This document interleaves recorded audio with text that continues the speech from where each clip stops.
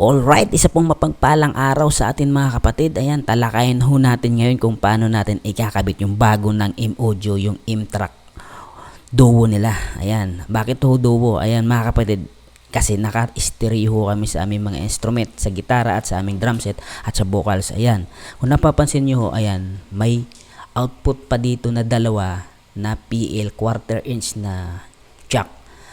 Ha?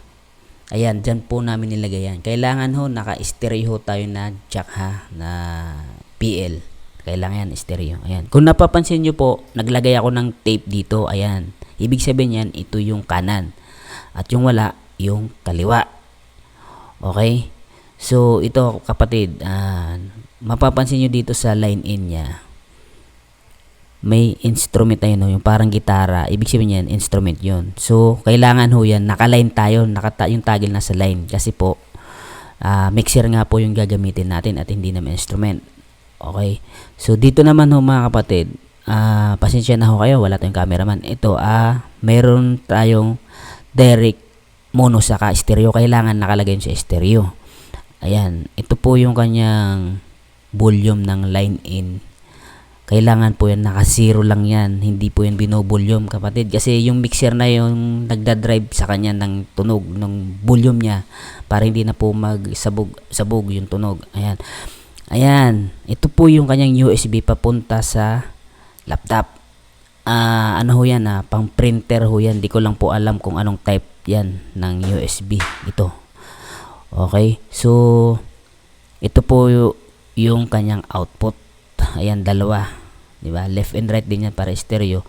So hindi na po natin yan kailangan lagyan kasi ang purpose lang naman ito magsilbi sang sound card ng ating mixer papunta sa laptop. Ayan, ito po yung volume ng main niya. Yun, hindi naman na po kailangan i-volume yan. At ito sa headphone po natin yan.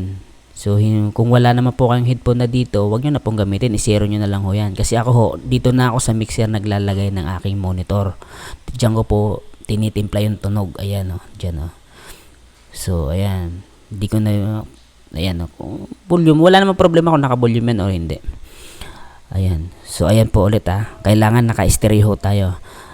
Okay mga kapatid. Ayan. Pagpasensyan nyo na ho mga kapatid kung bakit ganito kalabo ang ating pagbibideo ngayon kasi sinamantala ko lang yung pagkakataon na kami ay naka-online ho kami ngayon. So, kung kayo ho ay may mga katanungan, mga kapatid, mag-message lang ho kayo sa aking FB page at ako po ay willing na tumulong sa inyo kung ano po yung ating mga makakaya pagtulong-tulungan ho natin. Sa mga naka-low budget ho dyan, tulong-tulong ho tayo na ayusin kahit na hindi tayo naka-digital. Gawan po natin ng paraan para mapaganda po yung ating live streaming. Okay? So, ayan. Kung napapansin nyo ho mga kapatid, naka-dinab ko lang ho ito. At para mapaliwanag ko ng maayos, dinab ko lang yung video na to. Ayan. Abangan nyo ho mga kapatid, maglalagay ako ng clip kung ano yung tunog nito sa aming live na recording.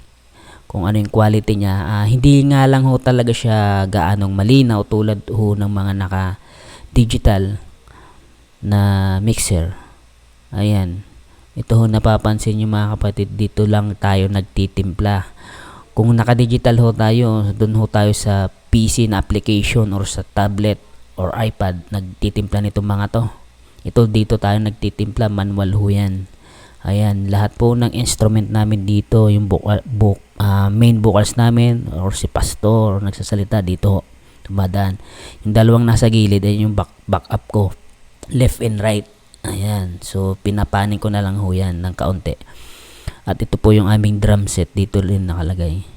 Ayan, yun nga lang mga kapatid, talaga hindi po talaga natitimpla ng maayos yung drum set ng ganon kalinaw kasi ho naka-analog lang ho tayo. Masyadong minimal lang po yung settings ng equalization or mga pang effects para sa drum set. Pwede lang po maglagay ng reverb dyan sa drum para kahit papano ay may kaunting dating yung tunog ng drum. Ayan, basta ho mga kapatid, maglalagay ho ako ng clip ng sample na tunog nito. Ayan, mga kapatid. Samantalahin ko na po yung pagkakataon. Marami pong salamat sa mga sumusuporta sa akin at sa mga nag-PPM po sa mga una-una ko pang video. Ayan, mga kapatid. Ako po ay willing tumulong sa inyong lahat. Wala po akong hinihingi na kung ano pa mang bagay na kapalit. Basta ho ako. Sunduin nyo lang ho ako kung malapit lang po kayo dito sa Metro Manila at ihatid. At magtutulungan ho tayo kung paano natin maisasaayos ang inyong live streaming. Kung ano yung mga kailangan, mga cables or ano pa man, para ho ma-set up natin na maayos yung ating pong pagla-live.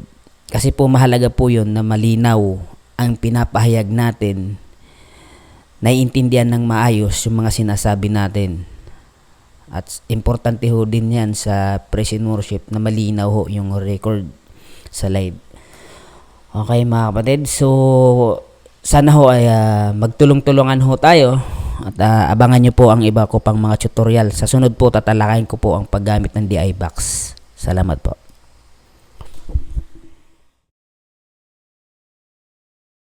Yes, oh Jesus. Sige po, patuloy natin purihin ang ating Panginoon. To you, I can do anything. So Lord, I can do all things. 'Cause it's you who gives me strength. Nothing is impossible to you. Blind eyes are open. Strongholds are broken. I am living by faith. Shout! Nothing is impossible. Amen.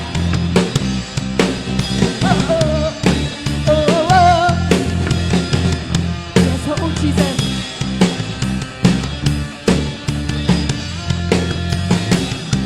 I'm not gonna live by what I see. Sabihin natin sa Lord. I'm not gonna live by what I feel. Deep down I know that you're here with me. I know that you can do anything. To you I can do anything. Yes, Lord. I can do all things. 'Cause it's you who gives me strength. Nothing is impossible to you. Blind eyes are open. Strongholds are broken.